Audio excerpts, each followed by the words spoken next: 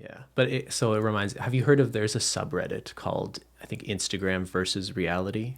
I think a few I've seen YouTubers like have made memes videos out of about it. that, or just like pictures that compare. Yeah. So Yeah. basically, it will show you like a photo of some man or woman posted to Instagram where they're clearly photoshopping their pictures and making themselves look like perfect or sexualized in a kind of ridiculous way.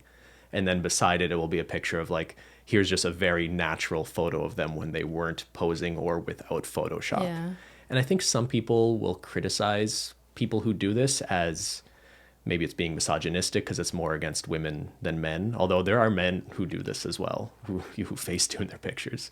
But I wonder if shaming these people to some degree actually is a sort of effective tool, and it's more important to consider the bad influence that is having on our culture and the self-esteem of young girls. Like, is it the worst thing if we take people who are egregiously photoshopping their pictures to make themselves look unrealistically beautiful?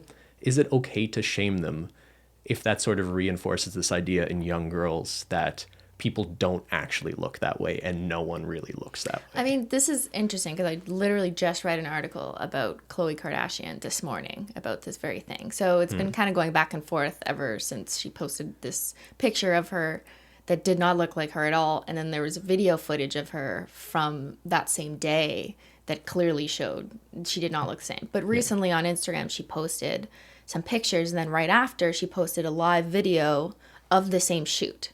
And when people were like, oh, you had to post that video to prove yourself or something. And then she was like, yeah, see what I have to do. So now she's trying to take steps to show that she is real.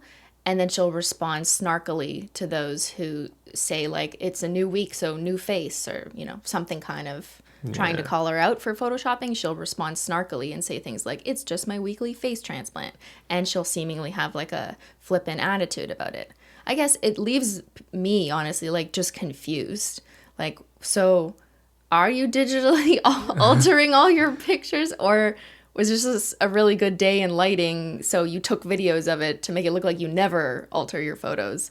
I'm just confused. It's very, like, I don't know about this one example, and we don't have to make it about this one example, but they are clearly guilty of photoshopping their pictures, and there are plenty of people who Photoshop their pictures all the time. Yeah. Or there's even like filters now for videos where like occasionally you'll see someone like kind of pop out of their filter. Like they're doing like a video on Instagram and they have a filter on the whole time that's making them look slimmer than they are. But to Instagram's credit, just one thing, they, in the last year or two, they now added where you can actually see that there is a filter being used, so long as they're applying it on Instagram. That's right. If you apply it without and then save it to your camera roll and then upload it, it doesn't say it have that. It doesn't say it has that filter. It is interesting to see like a company taking at least some steps to acknowledge that there is a problem. And it's funny because you look at the corner, it'll say like beauty skin by whoever made the filter. So it's like people clearly using beauty skin filters. And there's nothing.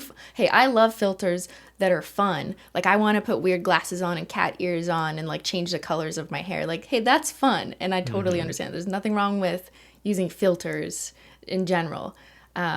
And I'm fine with using the beauty ones if you just woke up and you look like shit, or you think you do anyways, and it says like you're using a filter and there's like sparkles all over it. I don't really think that's always harmless either. I just want to say that. Yeah, and not just like the Harmful, beauty stuff. sorry, not harmless. It works either way, right? Because like it's not just about the beauty thing too, although that's like I think a very relevant example, but just the way that social media people and influencers are typically only showing the very best of themselves, the most exciting and great moments of our lives. Look how great everything is, how great we are. We're on vacation Look in how Greece. rich I am. Look how rich I am. Like, I just think that's not real. That's not how people live. No one's like that. I hate assholes like Dan Bilzerian, who's like photos of him with like 10 girls in his bed that he's all paid to be there, promoting this sort of idea that if your life isn't that awesome, you must be a loser. Like fuck all these people, right? So like, what do? Do we ridicule them and just try to have a cultural shift that laughs at and mocks people who buy into this thing? Or is it about the social media platforms themselves? But here's what I've noticed: when those types of people who are like flaunting excess whatever are criticized, people then criticize those people by saying like, you know, they get allow them to live their life. They can buy whatever they want with their money, or are you trying to break down their confidence? Because you never just a want to break hater? down someone's confidence either. So if a woman is showing off her body and she feels great, and someone's saying like this is unrealistic because XYZ, and maybe it is photoshopped, then people will respond to that person and be like, a woman is allowed to show her confidence. And it's like, maybe both of those things can be true though. Sure. And the same people promoting these unhealthy ideas of what people look like and photoshopping their pictures, right?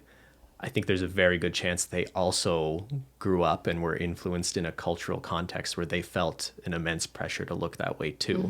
So the young girls were worried about having bad influences now. I guess they just were those young girls 20 years ago. So it's a never-ending cycle. It's a never-ending cycle. So how do you break the How do you cycle, I guess, stop is it? my Yeah. question. And is it worth sort of shaming some of those people now, even if you know they're sort of victims of the same system? Okay, so how do we solve this? Okay, we're not going to solve but this. I do just want to conclude this part by saying I think there's two things we can do. They're not like a solution, but they're just something towards working towards it. The first one is to influencers and other content creators out there, think about what you're putting out there and think about what you would want to see as a young girl and what is good for you in the long term. And if that requires like maybe adjusting what you say or do, then do it. Okay. But like, I'm not ordering people around. I just like, that's just how I feel. And the second thing is for those consuming content, in the same way that I said it's important to be a smart consumer, I think we need to be smart consumers of content too. So if we're watching other influencers do things that are a bad influence, or we kind of like question, is this a good idea? Like maybe it's not.